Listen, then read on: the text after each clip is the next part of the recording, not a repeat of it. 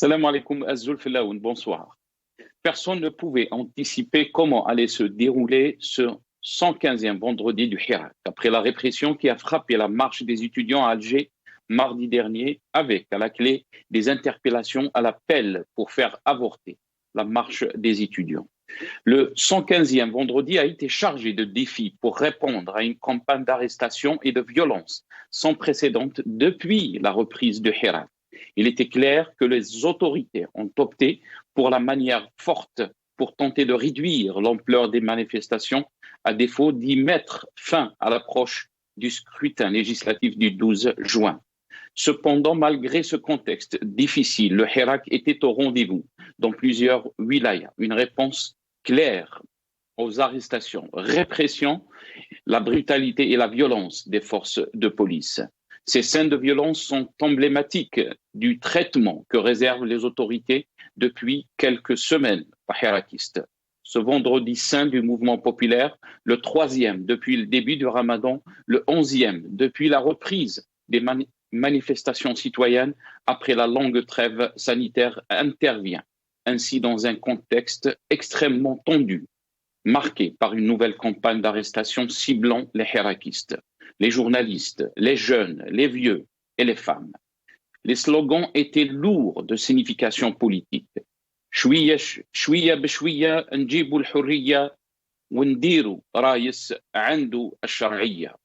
ادونا كاع للحبس والشعب ما راهوش حابس. Le Hirak et son inscription dans le temps long de l'histoire est actée, grandiose par son ampleur, sa durée, son enracinement national, son pacifisme et sa créativité, le rapport de toute une population à elle-même, à son passé et à son avenir.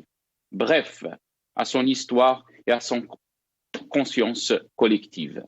Un mouvement qui a forcé l'admiration du monde par sa force de mobilisation, son pacifisme et sa persévérance.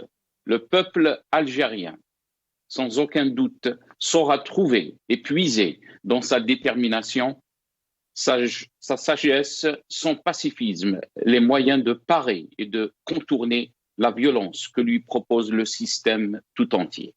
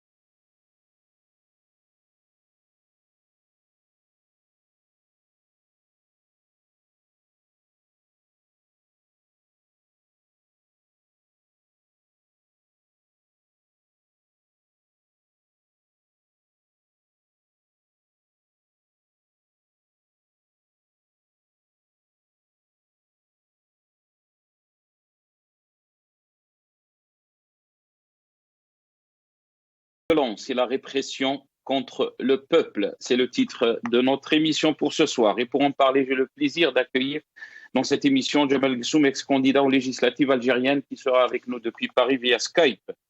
Mous'ab Hamoudi, chercheur en sciences politiques, qui sera avec nous aussi depuis Paris via Skype. Qadoul Chouicha, syndicaliste militant des droits de l'homme, qui sera avec nous par téléphone depuis Oran. Wassila Ben Latrache, chargé de communication au sein de la CNFD, Coordination nationale des familles des disparus, puis elle sera avec nous depuis Alger par téléphone, et Maître Nabila Smaïl, avocate et militante politique, elle sera avec nous aussi par téléphone depuis Alger. Jamal Ghessoum est avec nous, on me dit. Cher Jamal Ghessoum, merci d'avoir accepté l'invitation. Marhaba bik, bonsoir. Bonsoir et merci à vous de m'avoir invité. Merci.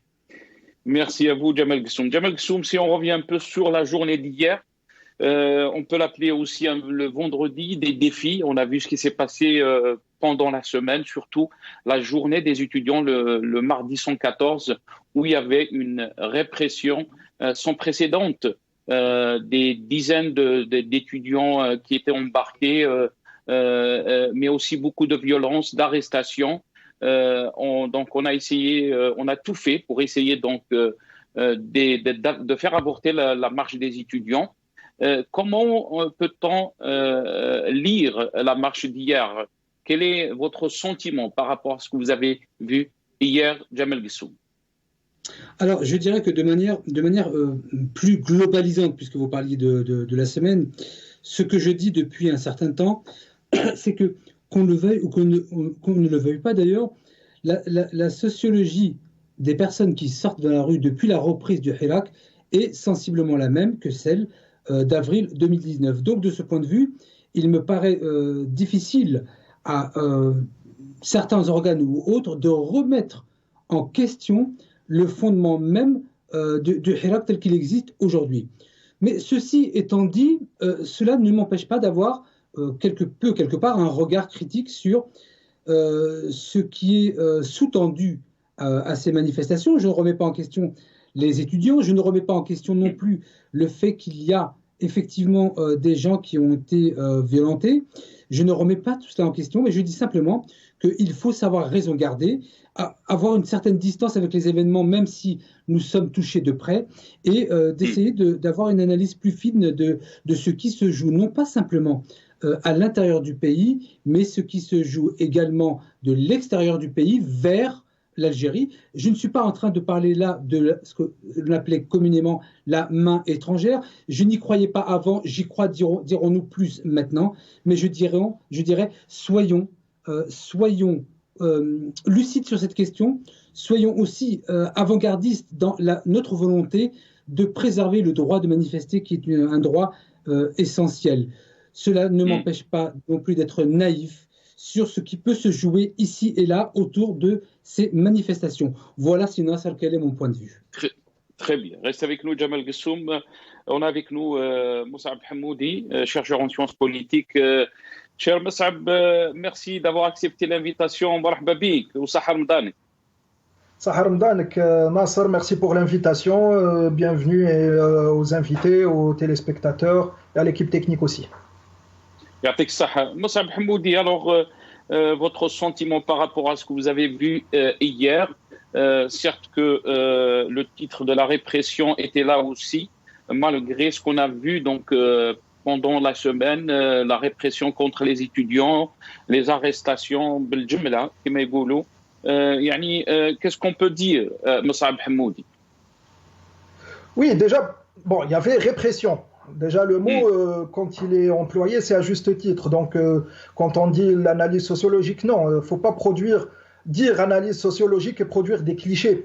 Maintenant, la répression lors du vendredi 115, elle est l'œuvre aussi de quelqu'un, avant tout. C'est bien sûr du criminel Farid Benchir, qui est le patron de la DGSN, donc de la police. Et parce qu'il y a un moment, on l'a présenté comme quelqu'un d'intellectuel et tout ça, la criminologie, sauf qu'il n'a pas en face des criminels et que c'est surtout quelqu'un qui est formé dans les services français. Donc il faut savoir que c'est lui le criminel qui a ordonné ça, déjà avec le mardi des étudiants. Et puis la tentative, parce que c'était une tentative, ça n'a pas marché tant que ça. Hier, comme on l'a vu. Donc, effectivement, il y avait de la violence, il y avait de l'arbitraire, parce que les forces du désordre n'ont pas opté de manière professionnelle, ils ciblaient arbitrairement tout public, le public âgé, les femmes, les petits-enfants, les jeunes, donc c'était vraiment pas très professionnel. Et il y avait de l'acharnement, c'était pas l'usage de la force légale, c'était de l'acharnement personnel, ce qui montre qu'on n'a pas vraiment de force de l'ordre. Maintenant, ceci dit, il faut souligner quelques paramètres. Est-ce que c'est la première fois que le régime opte pour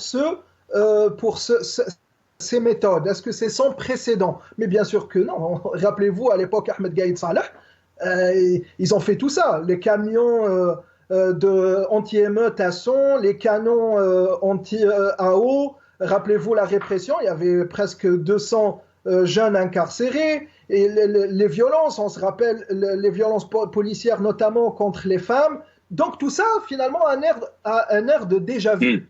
Donc, si on compare, mais finalement, Hamoudi, on peut dire que c'est un précédent depuis la reprise du Hira. Oui, bien sûr. Mais encore une fois, ça nous donne un peu l'idée que ces généraux sécuritaires et leurs un peu marionnettes, Farid Benchir, leur stratagème, on le voit en quelque sorte, c'est une répression, mais à petite dose. C'est-à-dire qu'ils ne peuvent pas aller au-delà, parce que eux, leur défi majeur, c'est quoi? C'est deux choses. C'est mater complètement le Hirak, c'est l'arrêter, et puis essayer d'acquérir une légitimité. Toutes ces méthodes, tout cet air de déjà-vu ne fait pas ça. Donc tout ce qu'ils sont en train de faire, c'est finalement un indice. Un indice de quoi? D'une faiblesse, d'un trouble. C'est-à-dire, moi, je les vois plus comme une bête apeurée. C'est-à-dire, faisons un petit parallèle. Ahmed Gaïd Salah et Wassini Bouazza, l'équipe précédente, quand ils ont commencé à être violents, c'était quand? C'était vraiment au moment où leur fin approchait. Juste après avoir utilisé la force excessive, c'était leur fin. Et on connaît comment ils sont finis. Maintenant, l'équipe actuelle des Toufiqistes, du DRS et de la police politique, et aussi des généraux militaires et sécuritaires, elle est en train de faire le même processus, c'est-à-dire ils sont passés par les insultes, ils sont passés par Majalat al-Jaysh et les insultes directes et les menaces, et maintenant la violence, mais qui peut précéder leur fin. C'est-à-dire maintenant on a l'impression d'avoir face, même s'il y a de la violence, bien sûr, mais on a l'impression d'être en face d'une bête qui est en train d'agoniser. C'est pour ça que effectivement il y avait violence, effectivement ça révolte, mais finalement c'est un aveu d'échec. Et c'est le maximum qu'ils peuvent faire. Cette violence, ils ne peuvent pas faire au-delà. Ils sont complètement incapables de faire au-delà. Et c'est pour ça que ils sont comme une bête agonisante. Très bien. Restez avec nous, Mus'ab Hamoudi. Vous êtes en train de dire que c'est un aveu d'échec.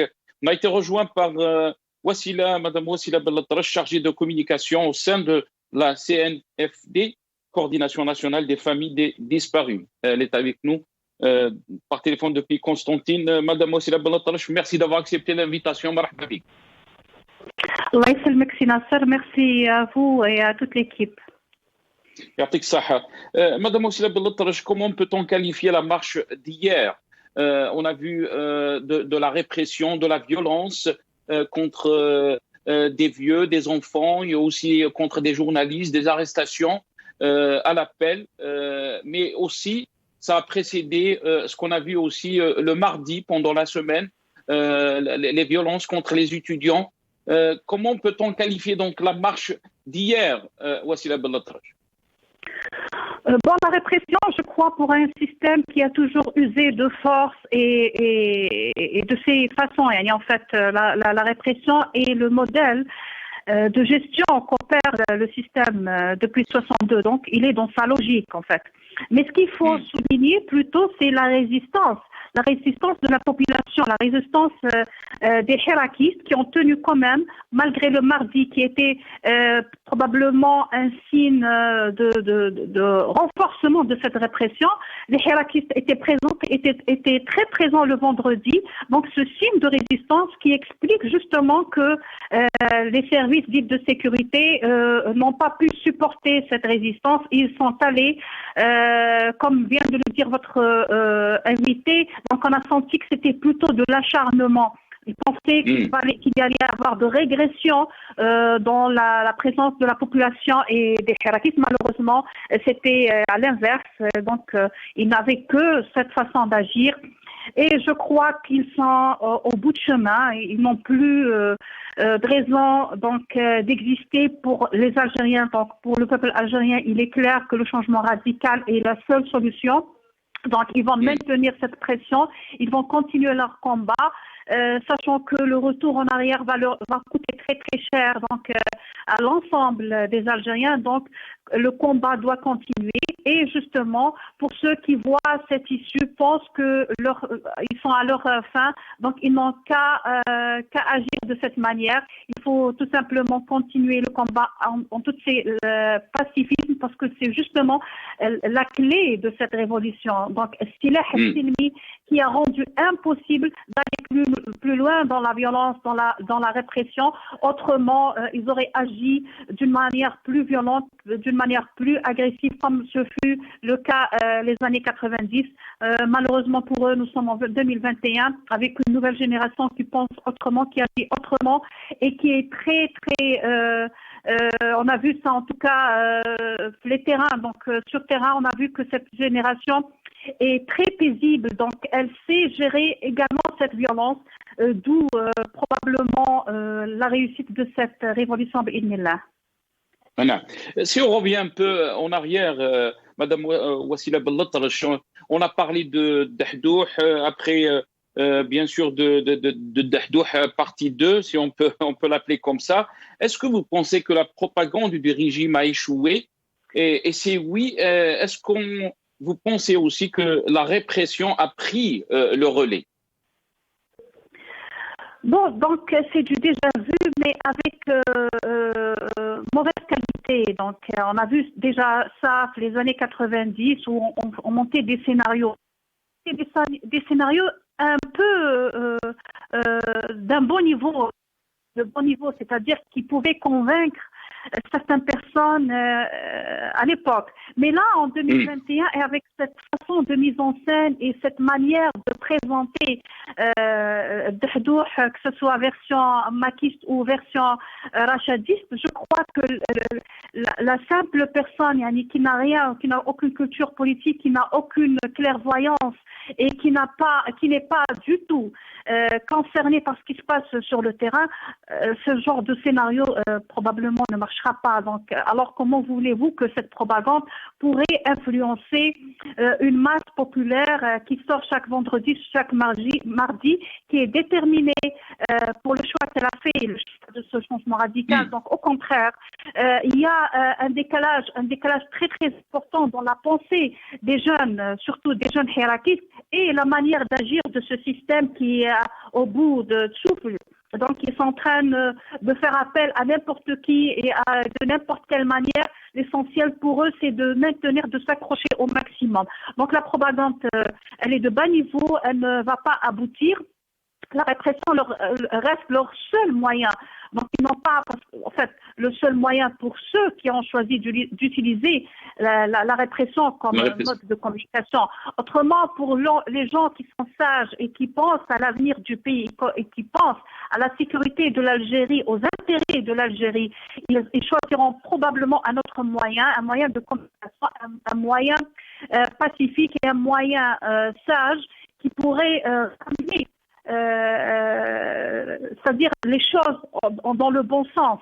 Voilà, donc la répression ne mènera pas sinon elle mènera à leur fin et une fin aussi dramatique que fut celle du précédent, du Gaïtan. Parce que, il faut le dire, il va y avoir quand même des gens qui vont réfléchir et on le souhaite il va leur passer quand même le message. Il y a ceux qui sont en bout de chemin, donc on parle des généraux, des janvieristes, et qui n'ont rien derrière eux, ils n'ont rien devant eux également. Mais il y a également une génération au sein de cette armée qui a tout un avenir devant elle, et qui si elle marche dans ce train de violence que sont en train d'imposer les généraux, je crois qu'ils seront les plus grands perdants. Parce que le lourd tribut, ils vont l'endosser eux. les autres, ils vont partir. Donc, le mieux serait de réfléchir sagement, de prêter oreille à cette nouvelle génération, de prêter oreille à ce hirak, à cette révolution pacifique et à penser à cet avenir, à l'avenir du pays. Il faut être vraiment sage. Nous passons par une période très délicate, mais le lourd tribut sera sur le dos de celui qui passera à la violence. Très bien, restez avec nous, Wassila Ben Atrache. On va essayer juste de vous faire montrer quelques images donc d'hier, de la violence dont on est en train de parler. Je pense que les Algériens ont vu ça aussi, mais on regarde ces images. Après, je vais revenir à vous, Wassila Ben Atrache.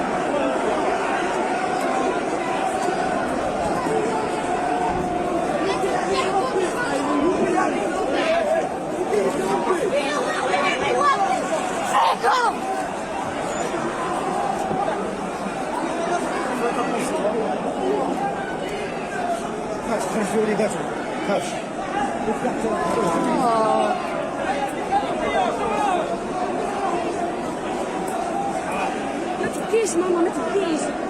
غير هي مضبوطة. العسكرية.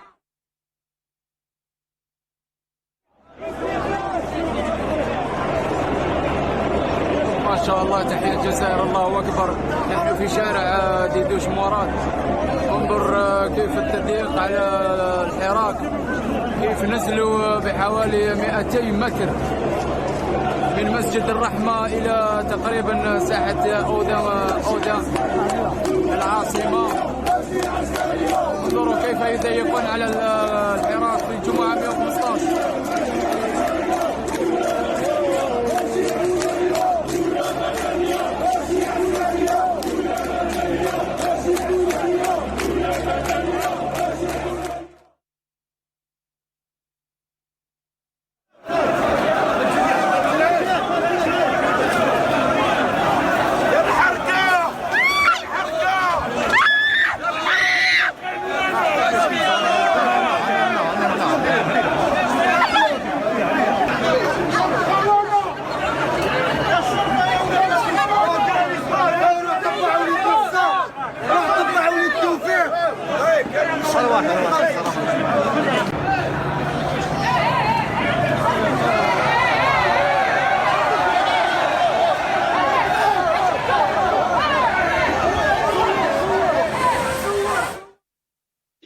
Ça, c'était donc à Alger. On va essayer de voir presque la même chose. Ça s'est passé aussi à Oran, Wahran, Oran.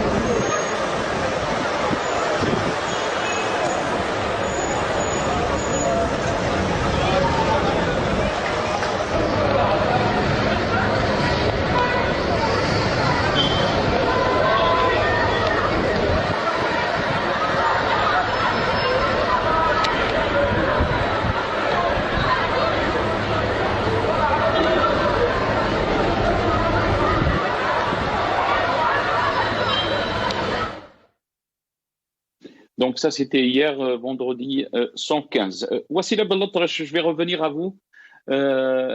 Comment peut-on qualifier donc cette répression? Moussab Hmoudi a parlé d'un clair échec, si on peut dire, ou c'est un aveu d'échec du régime face à la force du Hirak.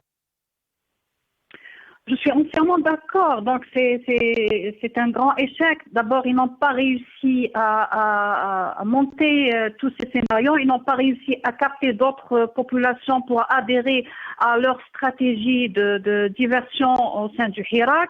Donc, le Hirak est resté serein, il est resté soudé. Malgré donc les présidentielles qu'ils ont forcé un certain 12-12. Là, maintenant, ils sont en train d'essayer quand même de forcer pour aller au 12-6. Mais je crois que la détermination également du peuple algérien, elle est très, très claire, elle est très signifiante.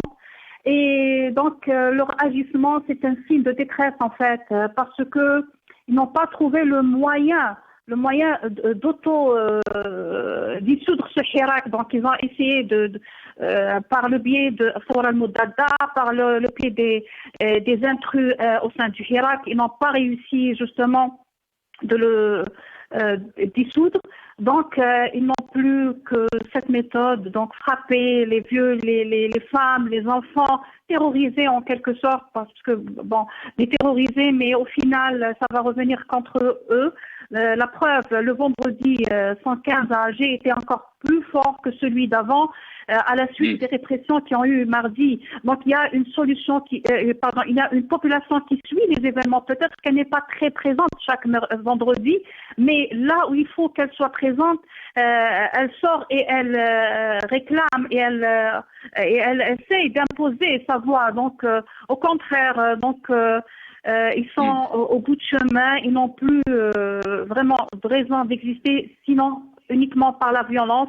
Comme je viens de le dire, beaucoup entre eux, donc, ils sont en fin de chemin, donc ils ont peur du changement radical. Le changement radical, pour eux, signifie un danger, mais en fait, ce n'est pas du tout un danger parce que personne ne pense se venger. Au contraire, on est là pour construire notre pays, on est là pour créer une justice, un État fort, un État de droit.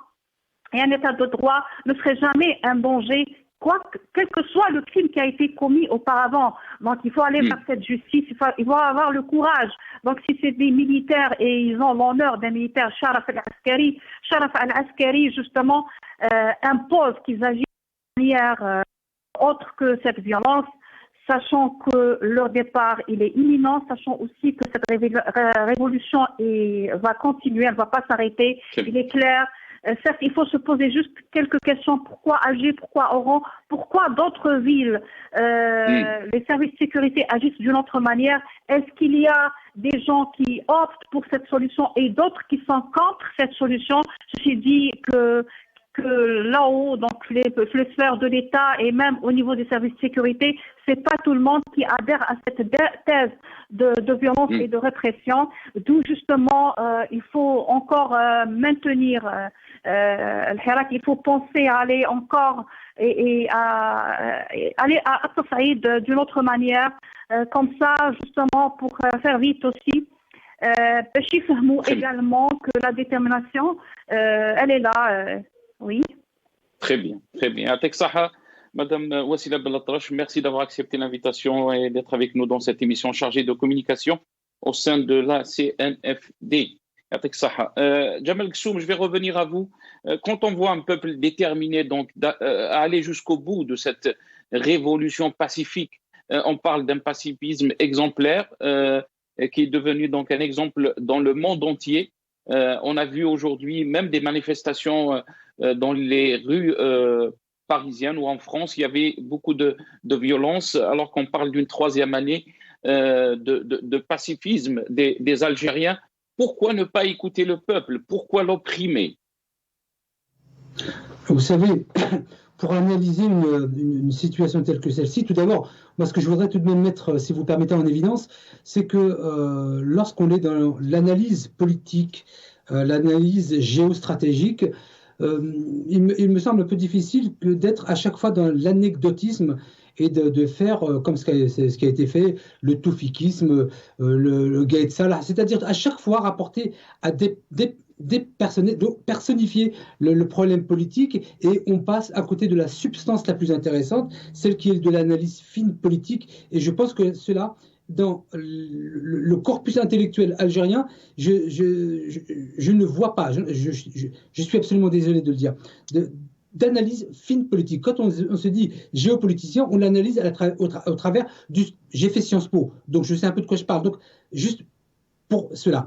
Sur votre question, je dirais que il y a, de mon point de vue, j'ai une grande interrogation entre ce qui est décliné ou déclaré dans les hautes sphères, comme le disait la dame précédente, les hautes sphères, et ce qui est fait sur le terrain. Moi, ce qui m'inquiète énormément, moi je suis particulièrement inquiet de ce qui est déclaré ou décliné en haut, lorsque l'on voit que sur le terrain, c'est l'exact contraire qui est fait. De ce point de vue, essayer de... Et qu'est-ce qui est différent donc des Algériens? C'est ce qu'ils voient aussi, les Algériens qui sortent chaque semaine, Jamel Ghassoum. Oui. Donc, ce qu'on dit et ce que fait ce pouvoir, c'est tout à fait le contraire. On parle d'une Algérie nouvelle, alors que les Algériens découvrent que il n'y a ni Algérie nouvelle, qu'on est toujours donc dans le même système, toujours les mêmes pratiques. Pire encore, les choses sont pires, que ce soit sur le niveau économique ou même sur le nouveau niveau politique.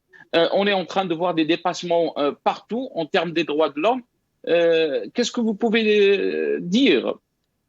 Non, mais vous savez, Sina, cela, si vous voulez, cela va au-delà de ce que vous dites. C'est-à-dire que moi, je m'interroge sur l'aspect, je dirais, ce que l'on appelle communément l'injonction paradoxale. C'est-à-dire que ce sont des injonctions tellement paradoxales qu'elles explosent en l'air. Ce que je disais, Sina, c'est par rapport à ce qui est dit dans les hautes sphères et ce qui est fait sur le terrain, on va le retrouver exactement. Et permettez-moi d'évoquer cette question parce qu'elle est centrale. Cette année, ce sont les élections législatives. Ce qui a été dit depuis tant de temps par le président Tebboune, c'est qu'il fallait que la question de l'argent soit évacuée et qu'il y ait une nouvelle génération. On parle aussi de start-up. Je vais revenir quand même sur ce mot de start-up. Moi, je regrette absolument que lors de cette élection législative, je peux en parler puisque je suis présent dans la cour, je me suis présenté, je regrette que ce qui est fait dans l'organisation de cette élection va amener indubitablement à un retour massif des gens qui étaient là avant le Hirak. Je pourrais m'en expliquer, moi je trouve cela particulièrement grave. Je dirais aussi, parce que j'ai un mea culpa à faire sur l'ANI de Paris, puisque j'ai eu un clash avec l'ANI de Paris. Je ne parle pas d'un domaine personnel, privé, je suis en train d'évoquer une confrontation entre le point de vue que nous pouvons avoir de la démocratie et celle qui est indiquée par les autorités algériennes. Parce que l'ANI de Paris faisait blocage sur des dossiers, le mien, donc je lui ai rentré dedans, parce que moi je ne suis pas dans la demi-mesure, je ne suis pas un pro-système, je ne suis pas contre le système, je suis moi-même. Et donc j'ai fait une erreur d'analyse, donc mon dossier est bien passé, mais je sais que mon dossier va être annulé à Jamel Ghassoum, sans trop étaler, Jamel Ghassoum, est-ce que vous pensez, que ce régime a changé d'iota? Est-ce que vous pensez vraiment, vous êtes en train de dire je fais mon mea culpa, est-ce que vous pensez donc que tout ce que vous avez dit auparavant n'était pas solide, si on peut dire, parce que vous avez vu avec vos yeux les pratiques qu'il y a sur le terrain? C'est là où j'ai un gros problème, monsieur Sénat. C'est là où j'ai un gros souci. Je n'arrive pas. C'est un peu ce que disait Madame Wissela Ben Latrèche lorsqu'elle faisait la distinction entre un certain corps de l'armée qui était probablement contre l'application d'un autre corps, parce que les résultats étaient différents sur le terrain et dans les wilayas. C'est exactement l'analyse que j'ai sur la question politique. Et de ce point de vue, moi je suis inquiet de l'écart qu'il y a entre ce qui est dit au sommet et ce qui est fait sur le terrain. Comment parler de start-up lorsqu'on met en place... Très bien. Est-ce que vous pensez que le Hirak... parle de start-up alors qu'il met des illettrés à des postes importants? Comment il fait? Je ne sais pas. Est-ce que vous pensez que le Hirak, maintenant, est légitime? Vous avez dit auparavant que le Hirak est fini, que vous parliez d'un Hirak Bini. et que vous étiez contre les Algériens qui sortaient maintenant. Est-ce que vous pensez que ces Algériens qui sortent maintenant en milliers, un peu partout dans le pays, ont raison de continuer à sortir? Attendez, Nasser, vous êtes en train de dire que j'ai dit que moi j'étais contre les gens qui sortaient? C'est bien cela que j'ai compris? Vous avez parlé d'un Hirak béni et que le Hirak n'est plus le Hirak de 2019. C'est ce que vous avez dit dans plusieurs émissions avec moi, Jamal. Non, c'est Nasser. Et je l'ai redit il n'y a pas plus de 15 minutes. Donc il n'y aura pas besoin de revenir très longtemps en arrière. J'ai dit textuellement que sociologiquement, ce que d'ailleurs monsieur Moushab est revenu sur la notion de sociologie, s'il est géopoliticien, il n'est pas forcément sociologue. Je disais que sociologiquement, les personnes qui sont présentes aujourd'hui dans le Hirak sont exactement les mêmes qu'en 2019, celui du Hirak béni. Donc je dis l'exact contraire de ce que vous êtes en train de dire. Donc non, je ne suis pas en train de dire que les gens, je suis opposé à ce que ces gens sortent. Non, ce sont exactement les mêmes à peu de pourcentage près aux gens qui sont sortis durant le Hirak béni. Donc de ce point de vue, je ne suis pas en contradiction avec mes propos. Très bien, reste avec nous, Jamal Ghassoum. Moussab Hamoudi, je vais revenir à vous. On a vu des slogans, Moussab Hamoudi, qui avaient des significations politiques lourdes, si on peut dire, et démontrent aussi la conscience politique des Algériens qu'on a vu depuis donc le début de ce Hirak. Je vous cite quelques slogans. شوية نجيبوا الحرية ونديروا رايس عنده الشرعية. ادونا كاع للحبس والشعب ما راهوش حابس، مخابرات تكذب وتزيد، راهم جابونا دحدوح جديد. سعيد شتوان مسكين زوالي ديتوه للبرج ويمه تعاني. Quand on entend ces slogans, Moussab Hamoudi, comment peut-on les expliquer? Comment peut-on leur donner une lecture politique? Ils radicalisent ces slogans. Et justement, c'est pour ça que ceux qui parlent à l'instar de M. Ghassoum, que j'ai entendu et que j'ai dit initialement qu'il était dans le cliché, finalement il s'est amélioré pour faire de la fabulation. C'est pas comme ça l'analyse. D'ailleurs, il n'y a pas ce qu'on appelle un corpus algérien. Non, le corpus intellectuel est toujours universel. Donc ici, il faut être clair, il ne faut pas baser la défense du régime sur le double discours et le fait de noyer le poisson. Parce que là, je vois qu'il y a une adéquation avec les discours du régime, des généraux sécuritaires, dictés à Tebboune. Donc, à la fois, le Hirak, il est béni, mais à la fois, on le réprime. Donc, ici, il faut savoir qu'être dans le Hirak et comprendre la mentalité, qu'elle soit sociologique ou anthropologique de Hirak, il faut se baser sur... Il ne faut pas le prendre comme une start-up ou une, je dis n'importe quoi peut-être, mais une association des enfants repris de justice ou en banlieue où on fonctionne avec des arnaques. C'est pas ça le Hirak. Le Hirak, il faut comprendre ses slogans, justement. C'est qu'à l'intérieur, ces slogans sont porteurs, c'est une munition qui est pacifique. Maintenant, il y a eu même des slogans, parce que même par honnêteté intellectuelle, je dois dire, il y a eu le slogan adressé aux policiers, les bâtards allaient voir Nozar. Je suis obligé de le dire, bien sûr, vous pourrez m'interrompre, mais il l'était dit, donc on doit l'analyser. C'est que les slogans actuellement se radicalisent et ils montrent que déjà on est dans une période un peu spéciale, parce que c'est le Ramadan. Le Hirak est en train de la subir comme avec endurance, avec persévérance, mais un peu il prend sur le dos. C'est pour ça que les généraux sécuritaires ont chargé. Et là, c'est le détail. Les slogans, l'action radicale n'y est pas encore, pacifique radicale, mais la radicalisation des slogans y est. Donc, il est possible, justement, qu'à la sortie du Ramadan, la riposte convenable viendra. Et d'ailleurs, ici, on doit parler d'escalade, parce que j'ai entendu aussi dire qu'il y a des généraux qui ont l'avenir devant eux, qui doivent ça. Non, ça ne fonctionne pas comme ça dans la mentalité d'un militaire. On l'a vu et on l'a bien compris depuis ce vendredi, c'est que les généraux, si on n'opte pas à une escalade en face d'eux, c'est eux qui vont opter pour une escalade. Il y aura une escalade d'une part ou d'une autre. C'est pour ça qu'il vaut mieux qu'elle viendra de nous. C'est-à-dire, il faut mettre le régime des généraux sécuritaires et militaires sous pression, avec une escalade pacifique totale. Et moi, je le dis toujours, à la sortie du Ramadan, pourquoi pas bloquer la vie, couper les artères vitaux du régime avec des moyens techniques bien sûr adéquats pour les cas très urgents, mais aller par exemple devant le palais El Mouradia ou le palais du gouvernement, on peut envisager cela avec cette escalade et cette folie, parce qu'actuellement, le régime veut nous mettre tous en péril. Nous tous, c'est qui? C'est pas lui et le Hirak, y compris la nation. Ce régime est une menace pour la nation, il ne veut pas comprendre, donc il faut opter pour une escalade. Ici, le Front social doit comprendre que son problème n'est pas tel secteur ou autre secteur, c'est un problème structurel qui est de l'ordre du régime politique. C'est un problème politique, c'est pour ça que le Front social doit, et je dis ça clairement, il faut qu'il se joigne au Hirak pour encore maintenir et amplifier cette escalade qui va venir, parce que c'est clair, si le Hirak ne fait pas son escalade, c'est le régime qui fait son escalade. Là, le Hirak n'est pas allé jusqu'au bout dans son escalade, on a vu le régime comment il a fait. Donc ici, il faut aller au-delà, et il faut surtout avoir les positions claires, parce que surfer sur le double langage, ça ne sauve pas le régime. Et puis, est-ce que vous pensez, Massab Hamoudi, est-ce que vous pensez que le pacifisme restera malgré l'escalade?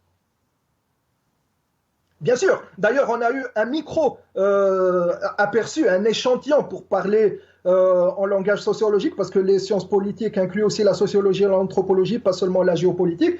On a vu un échantillon hier quand les forces de police du régime ont essayé de réprimer.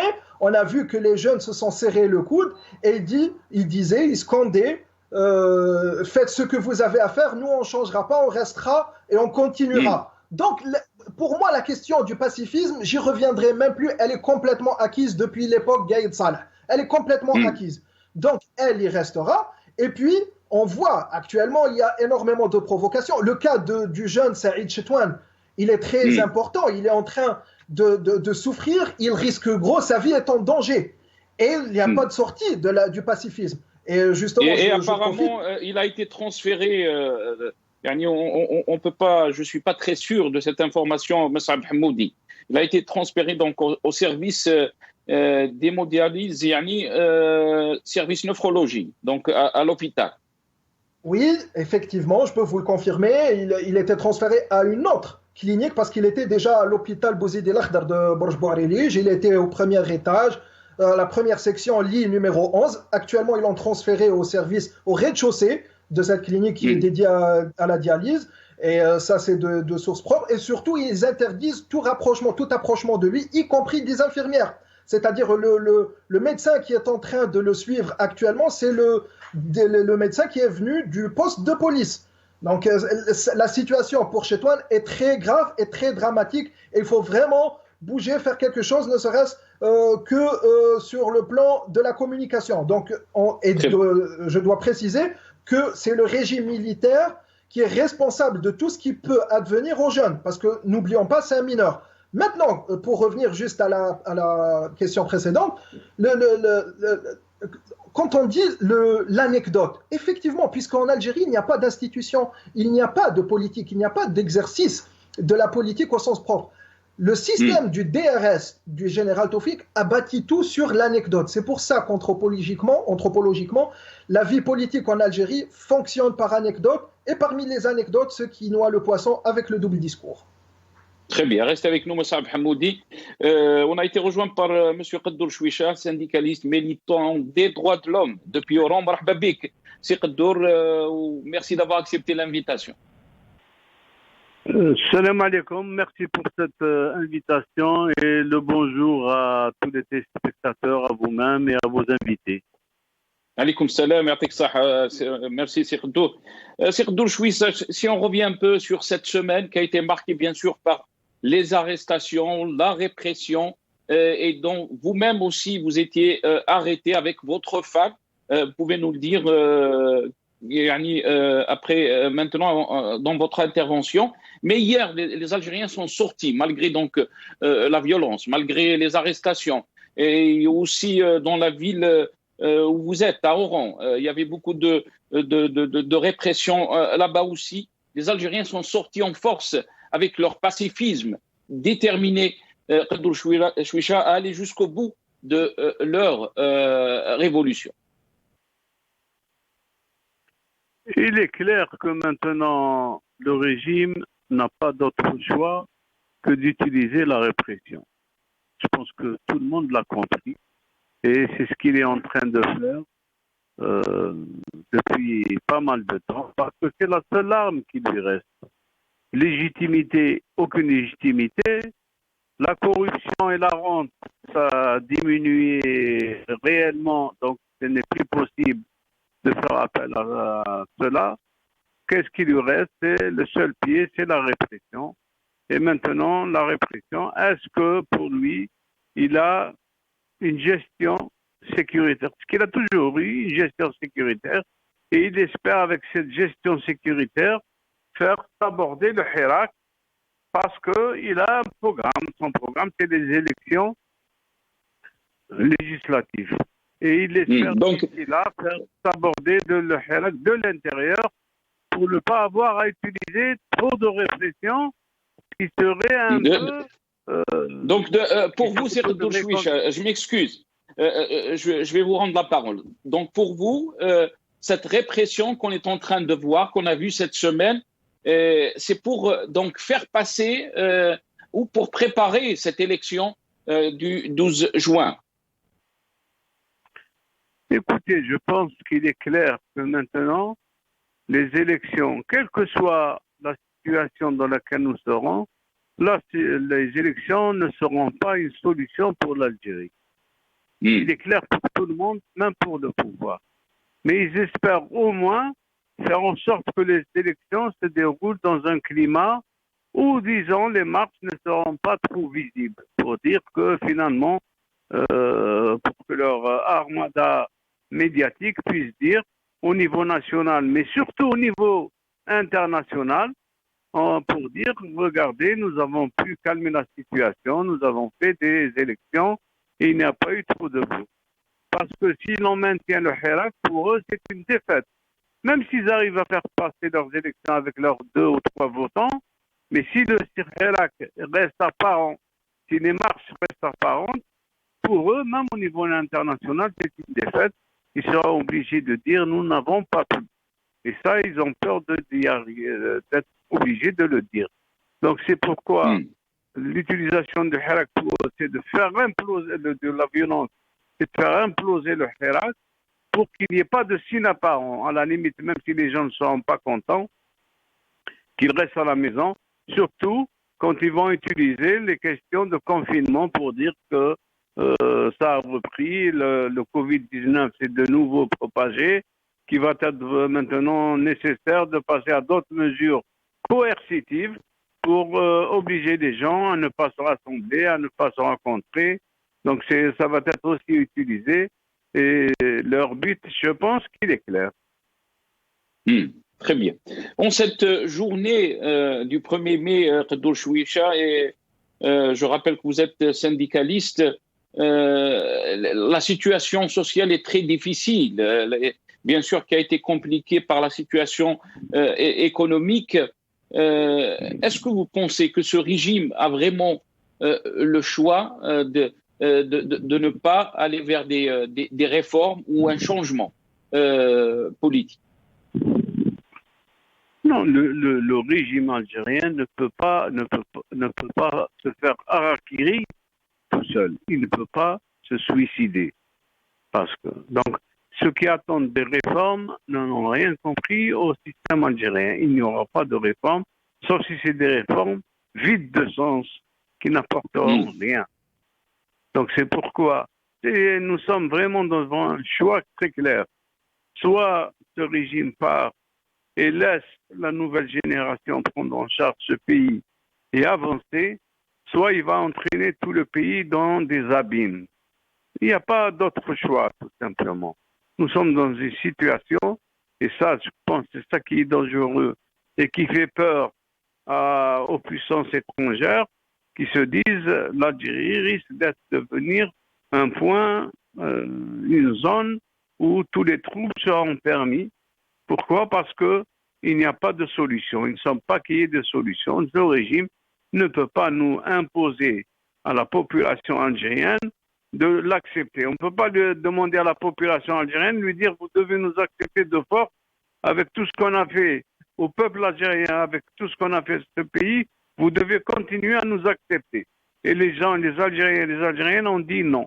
C'est vrai que maintenant, beaucoup ont peur, ne sortent pas, mais je pense que si jamais il y a de nouvelles interventions au niveau international, surtout du Haut Conseil des droits de l'homme, le Haut Commissariat des droits de l'homme, s'il y a d'autres parties prenantes qui vont intervenir, je ne parle pas des pays, parce que les pays ont des intérêts à préserver, mais je parle des organisations des instances qui parlent des droits de l'homme, des instances, et je pense que si jamais ils interviennent de nouveau, ça veut dire qu'il faudra que les dirigeants acceptent et disent on ne peut pas, aidez-nous à trouver une autre solution que celle dans laquelle on a fourgué tout le pays, c'est-à-dire la violence, le non-respect des droits de l'homme, le non-respect, la non-indépendance de la justice, la manipulation, la censure totale. Donc, il faut un autre modèle, il faut une autre façon de vivre, de voir les choses, de gérer. Et ça, cette autre façon ne peut pas se faire avec ceux qui ont entraîné le pays dans cette situation. Il faut qu'elle se fasse avec d'autres. Qu'il y ait à l'intérieur maintenant du régime des gens qui sont prêts à accompagner cela, je ne sais pas, mais tant mieux si il y aura des gens qui sont prêts à accepter d'accompagner ce mouvement. Mais toutes les pratiques démontrent le contraire. Qaddour Chouicha, j'avais parlé donc de votre arrestation et l'arrestation de votre femme cette semaine. Qu'est-ce que vous pouvez nous dire par rapport à ça, mais aussi quand on voit est-ce que vous pensez que le volet des droits de l'homme peut être déterminant à faire donc basculer le changement qui est désiré par le peuple algérien? Et surtout, quand je parle le volet des droits de l'homme, c'est le soutien des puissances pour qu'il y ait un changement radical.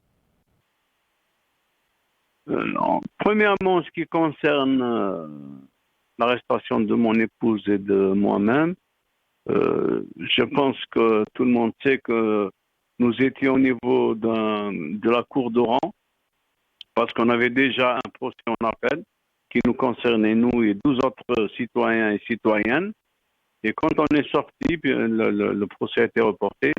Quand on est sorti, il y a 2 voitures qui nous ont bloqués et on a été obligés, ils nous ont embarqués au niveau du siège de sûreté de Wilaya. C'est pour une nouvelle affaire, mais cette fois-ci plus grave puisque il s'agissait de nous faire passer devant le pôle spécial. Le pôle spécial concerne les affaires criminelles, mais des grandes affaires criminelles, ou bien antiterroristes. Alors imaginez, c'est comme si on nous considérait, moi, mon épouse, notre ami Saïd Boudour, qui est journaliste, qui est militant à la Ligue algérienne des droits de l'homme, c'est comme si on était devenus d'un seul coup des terroristes ou bien des grands criminels. Il y avait aussi d'autres citoyens et citoyennes avec nous qui n'en croyaient pas leurs oreilles, qui ne savaient pas pourquoi ils étaient là, pourquoi on les avait ramenés. Donc ça, c'était une nouvelle escalade pour faire peur aux gens, pour leur dire que ce n'est plus simplement une question de tribunal concernant les rassemblements non autorisés, non armés, mais que maintenant va être utilisée l'armada du terrorisme, des accusations de terrorisme, et pour faire encore plus peur à la population. Mais tout le monde, je pense que tout le monde a compris, c'est encore une manipulation, parce que tout le monde sait aussi que nous n'avons rien à faire et rien à voir avec ce genre de pratiques. Nous sommes des défenseurs des droits de l'homme, nous sommes des syndicalistes, nous sommes des militants qui veulent, comme avec le peuple et à l'intérieur du peuple, que ça change, parce que nous voulons que ce pays soit de nouveau le pays de toute la population algérienne qui puisse y vivre dignement et librement. Très bien. Restez avec nous, Monsieur Qaddour Chouicha. Jamal Ghassoum, quand on voit donc ces dépassements en termes des droits de l'homme, et bien sûr l'Algérie qui a été rappelée plusieurs fois par rapport donc à à ces violations et dépassements. Est-ce que vous pensez que les puissances étrangères peuvent changer d'avis et ne plus soutenir ce régime?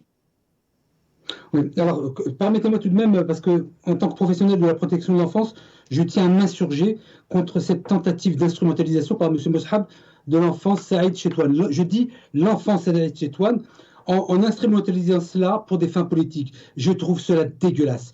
Je suis un professionnel de la protection de l'enfance depuis 32 ans et je suis connu pour cela. Et cet enfant, je dis bien cet enfant, méritait effectivement d'être retiré de son environnement hyper toxique. Je trouve cela dégueulasse. Pour en venir à votre question, je suis en droit de dire ce que je pense. Je suis en droit de dire je dois donner la parole à Moussab Hamoudi. Finissez. Oui, vous allez lui donner la parole, mais je vais terminer sur votre question et donnez-lui. En tout cas, je dis ce que je pense. C'est dégueulasse. Sur la question de l'international par rapport aux violations des droits de l'homme, je dirais que il ne faut pas attendre d'institutions internationales ou de grands pays, à l'image de la France et d'autres, de soutenir ou de ne pas soutenir un État, quel qu'il soit, que ce soit l'Algérie ou un autre. Ils agissent selon leurs intérêts. Et c'est comme cela depuis des décennies. De ce point de vue, il ne faut ni attendre, ni être dans la déception. Donc, de ce point de vue, je ne pense pas qu'il faille... ça ne doit pas être un prisme de valeurs qui nous permettent d'avoir une boussole sur comment est-ce qu'on est vu de l'extérieur. La France et les autres pays ne viseront que leurs intérêts et ne viseront rien d'autre. Et pour en terminer, avant que vous ne donniez la parole à M. Moshab, oui, je suis un professionnel reconnu au niveau national et international. Il suffit de taper mon nom et voir ce que je fais sur la protection de l'enfance. Mais vous êtes en train de l'accuser, qu'il est en train d'instrumentaliser l'affaire de Saïd Chouane, donc je dois lui donner la parole. Jamal Gissoum, restez avec nous. Moussab Hamoudi. C'est pas normal. C'est la déclinaison parfaite de ceux qui sont dans l'orbite des généraux sécuritaires et de la police politique. C'est-à-dire le cliché, la fabulation, puis l'agressivité et surtout taisez-vous. C'est impressionnant. C'est-à-dire un enfant qui peut même avoir de lourdes conséquences sur sa santé, sinon sur sa vie, on doit se taire et on doit même le protéger contre ceux qui vont médiatiser son affaire. C'est impressionnant. On vous tue et taisez-vous. C'est impressionnant d'avoir ces réflexes un peu répugnants. C'est de la logorée qui se dégage de cette verbosité. Mais en tout cas, le problème, bien sûr, il y a la menace du régime sur le citoyen, qu'il soit une femme, qu'il soit un homme, qu'il soit un jeune, qu'il soit un handicapé, qu'il soit d'un certain âge. Tout type, toutes les catégories sociales sont menacées par ce régime. Mais mieux, mais pire encore, c'est la nation. Ce régime menace la nation elle-même, la notion de nation, elle est menacée. Donc, et puis sur le niveau international, faut le dire les choses clairement. L'opinion internationale, les instances internationales, les puissances internationales, on en marre de ce régime qui n'offre aucune solution, qui veut se maintenir, mais sans offrir de solution, sans résoudre les vrais problèmes. C'est-à-dire quand on ramène un ministre qui délègue ses prérogatives au patron de la police, un autre ministre qui souhaite qu'il y ait une troisième vague de Covid-19, de coronavirus, un autre ministre qui est complètement absent parce que Zermati, on ne sait pas où il est depuis un certain moment absent, paraît-il il est en France en train de se faire soigner, donc toute cette absence, mais on veut se maintenir par la force et la répression. C'est pas possible, le monde entier en a marre de ce régime, mais il appartient surtout aux Algériens de lui mettre la pression, de faire une escalade parce que le dernier rempart qui est la police du régime, c'est pas la police algérienne, c'est pas la police nationale, c'est la police du régime, c'est le dernier rempart. Une fois que les modalités de la désobéissance civile, de l'escalade pacifique totale sont mises en œuvre, le régime s'effondrera de lui-même et il n'y aura plus personne pour le défendre. Très bien, restez avec nous, Moussab Hamoudi.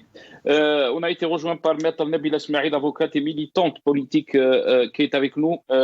Maître Nabila Smaïl, bonsoir, merci d'avoir accepté l'invitation. Marhaba bik. Bonsoir Nassab et merci de m'avoir invité. Maître Nabila Smaïl, si on revient un peu sur la journée, vendredi 115 donc d'hier, on a vu des slogans très très forts et aussi on peut dire que la détermination des Algériens était là, surtout qu'on avait vu de la répression, de la violence auparavant, surtout le mardi des étudiants. Quel est donc votre sentiment par rapport à la journée d'hier, Nabila Esmaïl? D'abord, un sentiment de fierté, un sentiment de colère, un sentiment de fierté devant un peuple qui ne lâche pas, un peuple déterminé et un peuple qui a compris maintenant qu'il n'y a plus rien à espérer de ce régime. Il n'y a plus rien à espérer, il n'y a plus rien à construire avec un régime qui est en train de détruire l'Algérie. Un sentiment de colère parce que j'ai honte d'être gouverné par un régime aussi haineux, aussi répressif. Parce qu'il faut vraiment être... il n'y a que les ennemis de l'Algérie, que les ennemis du peuple algérien qui peuvent agir comme ils ont agi hier. Parce qu'on ne peut pas. C'est impossible d'agir de la sorte parce qu'il n'y a pas eu de raison d'utiliser la répression, d'utiliser la force, de réprimer un peuple pacifique qui n'a rien cassé, qui n'a rien fait à part utiliser le seul espace d'expression qui lui reste et qui est la rue, un peuple qui est sans arrêt violenté moralement, physiquement à travers les médias du pouvoir qui lui font un déni de droit et qui ne parle même pas de sa révolution, qui lui donne même pas un espace pour exprimer ses besoins sociopolitiques. Donc j'ai honte que cette grande Algérie soit gouvernée par ces petits dont je doute vraiment maintenant de leur algérianité, parce qu'on ne peut pas frapper toutes les couches d'âge, des femmes, des hommes, des vieux, des enfants ont été bousculés, frappés. Et c'est ça qui nous a poussés à rédiger un appel halte à la guerre déclarée contre le peuple, qui a été signé, qui est encore en train d'être signé par toute personne qui se sent interpellée par cette violation des droits humains et des droits politiques et civils. Ce n'est pas une pétition, c'est plutôt un rappel adressé à ce pouvoir illégitime qui utilise les institutions de l'État pour se maintenir d'une façon illégitime à la tête de ce pays. C'est un appel qui est signé par des personnalités, des journalistes, des enseignants universités, beaucoup d'avocats, des médecins, de la société civile, des partis politiques, les collectifs. Il est sur les réseaux sociaux, il est sur la page de Radio M, mais c'est un rappel des engagements du pouvoir algérien à respecter les droits et à respecter les conventions internationales relatives aux droits civils et aux droits politiques. Il est inconcevable que la police réprime des personnes qui n'ont pas commis de délit réprimé par le code pénal. Il est inconcevable que la police, qui est un corps qui appartient et qui est sous la tutelle du ministère de l'Intérieur, viole de la sorte ses obligations de protéger le citoyen et de protéger le pays de tout danger. Or, les marches pacifiques ne constituent pas un danger. Moi, je lance un appel à toutes les personnes qui auraient été violentées, parce qu'il y a eu un débat hier entre avocats où on s'est dit que maintenant, il faudra qu'on agisse comme on a agi en 2001. Il faut commencer à déposer des plaintes contre les services de police qui ont violenté, frappé. Il faut se faire délivrer des certificats médicaux. Il faut maintenant exercer son droit de citoyen et dire qu'on ne peut pas faire l'objet de violence quand on n'a pas été violent et quand on n'est pas voyou et quand on n'a pas cassé et quand on n'a pas constitué un danger pour la stabilité d'une société ou d'un État. Donc il est temps. D'ailleurs, vous allez peut-être vous étaler sur l'appel qui est lancé. Vous allez voir que le gouvernement algérien ne peut plus s'offrir le luxe d'écraser ses propres lois. Le pouvoir algérien ne peut plus s'offrir le luxe de violer ses propres lois. Alors les lois liberticides qu'il applique sur les Algériens et les lois qui protègent les Algériens, il est en train de les violer. Il faut que ça s'arrête. Donc je lance un appel à travers votre chaîne et votre émission pour dire à tous tous ceux qui ont été blessés, parce qu'on en a vu des images, de se faire délivrer des certificats médicaux, de contacter le collectif, parce que les avocats ne peuvent pas se substituer aux victimes pour déposer plainte. Il faut qu'il y ait un dépôt de plainte de la part de la victime, et on peut le faire s'il nous ramène les certificats médicaux. Parce que Très là, bien. il faut utiliser ce que la loi vous donne comme droit. Très bien. Comment peut-on expliquer donc cette violence et cette répression, Maître Nabila Smaïl, surtout que vous avez dit dans votre intervention, il n'y a que les ennemis de l'Algérie qui se comportent de cette façon. On a entendu, on a parlé aussi des slogans lourds de signification politique pendant ces marches, et on a entendu souvent dans les marches hebdomadaires, surtout le vendredi, le slogan Istiqlal. Qu'est-ce que cela signifie, ce slogan? Écoutez, tous les Algériens savent maintenant qu'ils ne vivent pas de la rente pétrolière et que cette rente pétrolière va ailleurs. Tous les Algériens savent maintenant que la France est en train de pomper notre gaz gratuitement. Tous les Algériens demandent l'indépendance de la France et de cette France qui est en train de mettre à genoux tous les pays africains. La France est en train de mettre à genoux et de pomper toutes les richesses des pays africains. Regardez ce qui se passe au Niger. Au Nigeria, le seul pays qui a soutenu un coup d'État. Donc quand le peuple algérien demande Istiqlal, c'est parce qu'il continue l'œuvre de Aben, de Amirouche, de Hussein Ahmed. Ils savent qu'ils ont libéré le sol, ils n'ont pas libéré le peuple. Donc les slogans, plus ce pouvoir est vraiment aveugle. C'est ce qu'on appelle Tilmiz al-Rabi. Plus il réprime, plus d'autres régions sont en train de rejoindre le Hirak. Plus il a réprimé les étudiants mardi. Toutes les wilayas sont sorties en force pour soutenir les étudiants et pour dire nos revendications maintenant vont connaître faillite, parce que maintenant c'est purement des revendications politiques. Après qu'ils aient utilisé les menaces terroristes avec les Dahdouh kabyles et les Dahdouh islamistes, après qu'ils aient utilisé cette histoire de Mac et cette histoire de Rachid, personne ne les a écoutés parce qu'ils ont dit après l'ennemi extérieur, vous êtes en train d'imaginer des ennemis intérieurs. Moi, en quoi il me gêne le Mac, en quoi il me gêne Rachid, tant qu'il n'appelle pas à la violence, il n'appelle pas à porter des armes. C'est des idées, c'est des idéologies qu'on pousse à devenir radicaux pour qu'ils deviennent violents. Qui c'est qui les pousse à ça? Ce sont ceux qui les empêchent de s'exprimer. Moi, tant qu'ils s'expriment, ils ne me dérangent pas. L'essentiel, c'est qu'ils ne m'imposent pas ses idées. Tout est là. Donc, c'est un pouvoir qui refuse toute forme d'expression, toute forme de démocratie. Il refuse. Et la rue a été très forte dans les slogans. Maintenant, on est revenu au nom. La rue est en train de citer des noms. Or que pendant une année, il y avait des slogans, des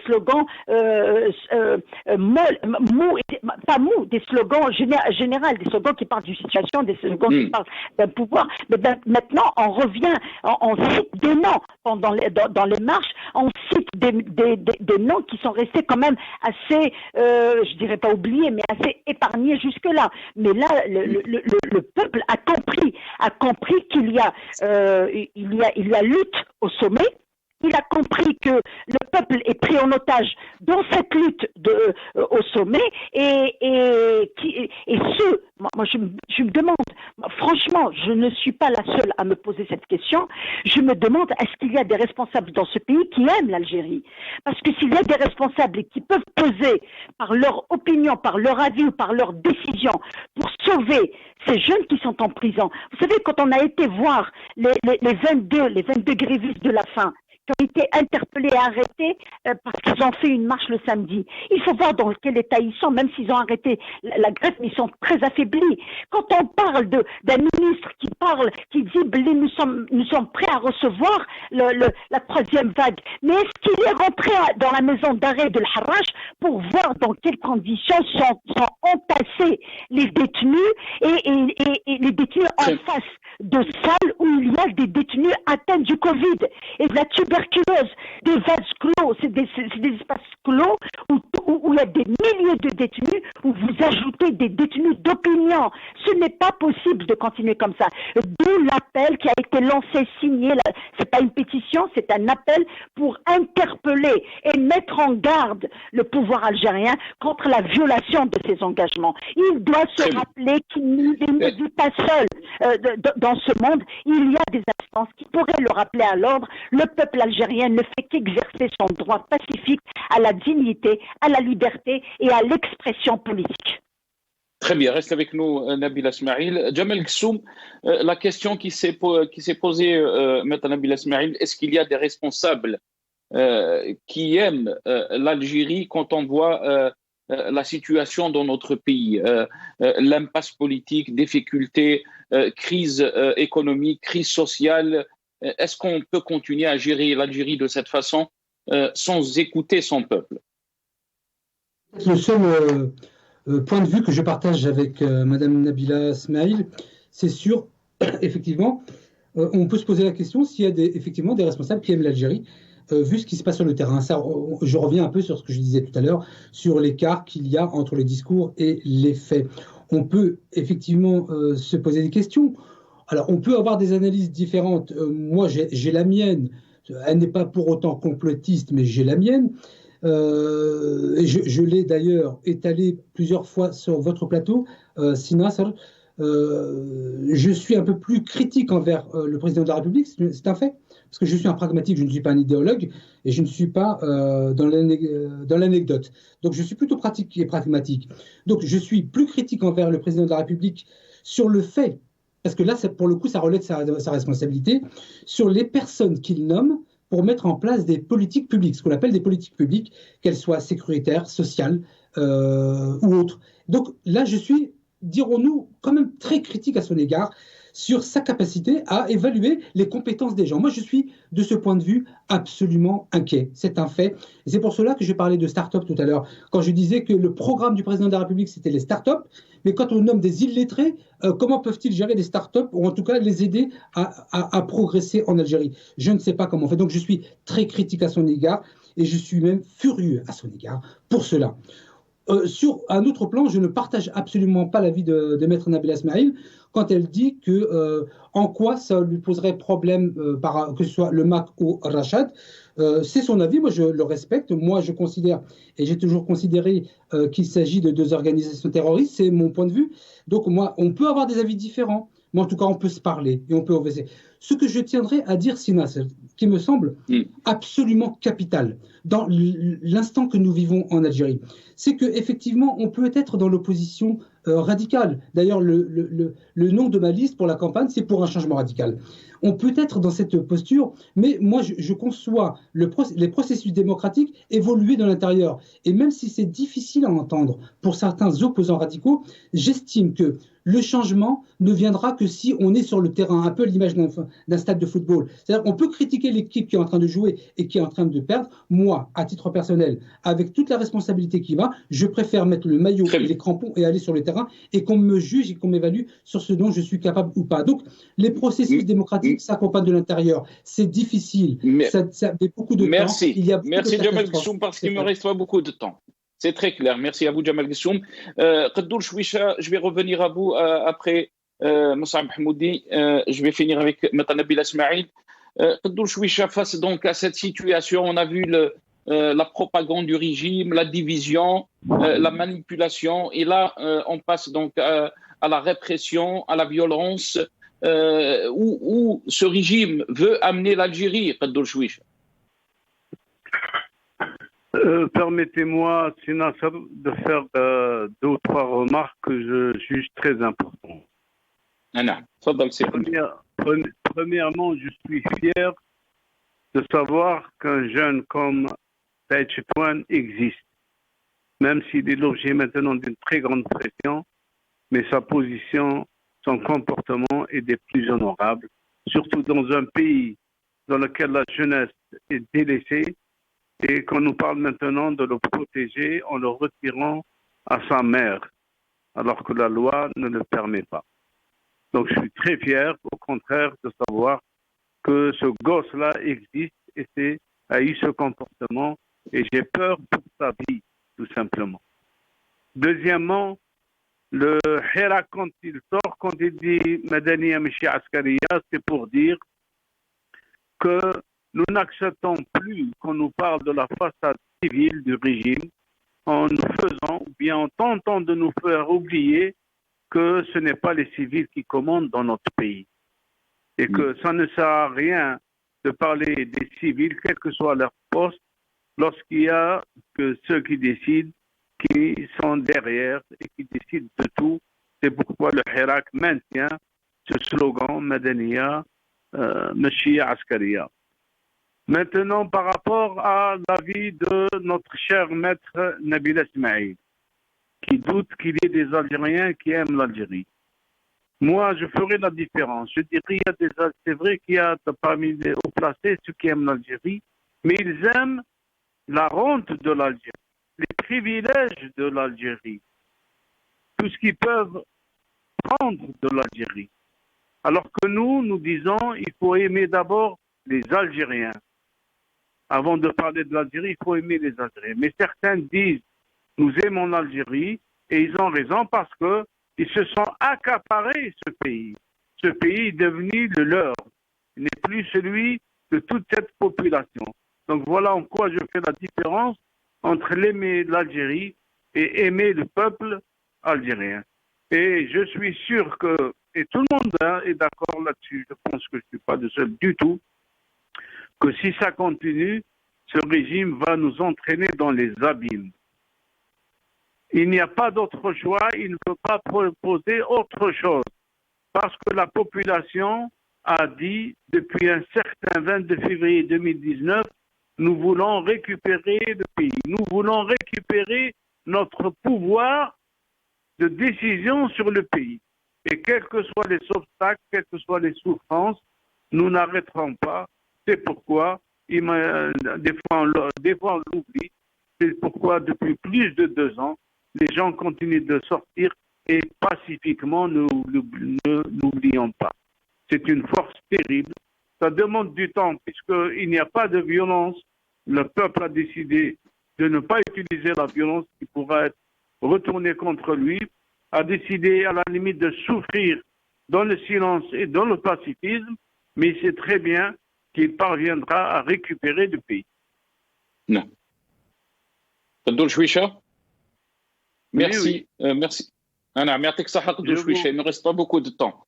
Barakallahu fik, j'ai oublié de vous souhaiter une très bonne fête dans cette journée de la fête du 1er mai. Bonne fête à vous, Sirdour, et à tous les syndicalistes, tous les travailleurs algériens. Nabil Ismail, très rapidement, je vais finir avec Moussa Hamoudi, très rapidement, il ne reste pas beaucoup de temps. Nabil Ismail, est-ce que ce régime est devenu un danger pour l'Algérie? Ce régime a toujours été un danger pour l'Algérie. Ça ne date pas d'aujourd'hui. Depuis le jour où il a décidé de continuer à servir les intérêts français et les intérêts autres que les intérêts des Algériens, il a toujours été un danger. Donc, sauf que maintenant, il y a la révolution qui l'a démasqué. Il y a la révolution qui a exposé au jugement populaire, un tribunal populaire. Maintenant, vous voyez, aujourd'hui, on est le 1er mai et j'écoutais tout à l'heure le message de Tebboune lu par son ministre. Pourquoi c'est pas lui qui le lit? Ça, c'est d'une. Où est-ce qu'il est? Ça, c'est d'une. De deux, quand je vois le message où il dit nous verrons à maintenir les acquis, c'est extraordinaire. C'est extraordinaire quand vous savez que tous les ports secs d'Algérie ont été fermés sur ordre de M. Tebboune. Pourquoi il ferme les ports secs? Regardez combien de milliers d'emplois sont à l'arrêt sans savoir pourquoi. Ils n'ont même pas le droit de demander ni réparation ni indemnité parce que c'est une décision qui vient d'un président. Les douanes ont fermé les ports secs. Mimilog est toujours dans la même situation. Quand on empêche des ouvriers d'exercer un droit syndical, ce n'est pas normal. Et on parle d'une fête. Il n'y a pas de fête pour les travailleurs en Algérie. Il n'y a que peine sur peine.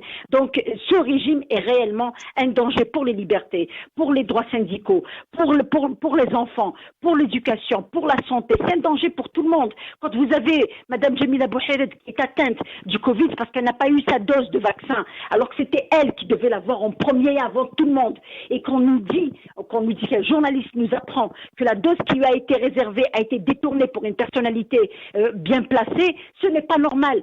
Ce n'est pas normal. Et vous me dites qui est le danger pour cette Algérie. Le seul danger pour cette Algérie, c'est ce pouvoir. Et quand je parle de personnes qui aiment l'Algérie, c'est son peuple. Les personnes qui aiment l'Algérie, c'est l'occasion ou jamais de réagir pour sauver ce qui reste à sauver. Ça, c'est mon message. Il n'en déplaise à certains. Je sais qu'il y a des personnalités qui peuvent influencer et qui peuvent mettre un holà pour que ça s'arrête. Il y a des puissances qui sont en train de se battre autour de l'Algérie. Nous, on dit que l'Algérie ne tombera jamais. Ce peuple est déterminé. Il ira jusqu'au bout. Sahaftourkoum, et merci de m'avoir écouté. Sahaftourk, Maître Nabila Smaïl. Mus'ab Hamoudi, le mot de la fin, l'Algérie ne tombera jamais, nous dit Nabila Smaïl.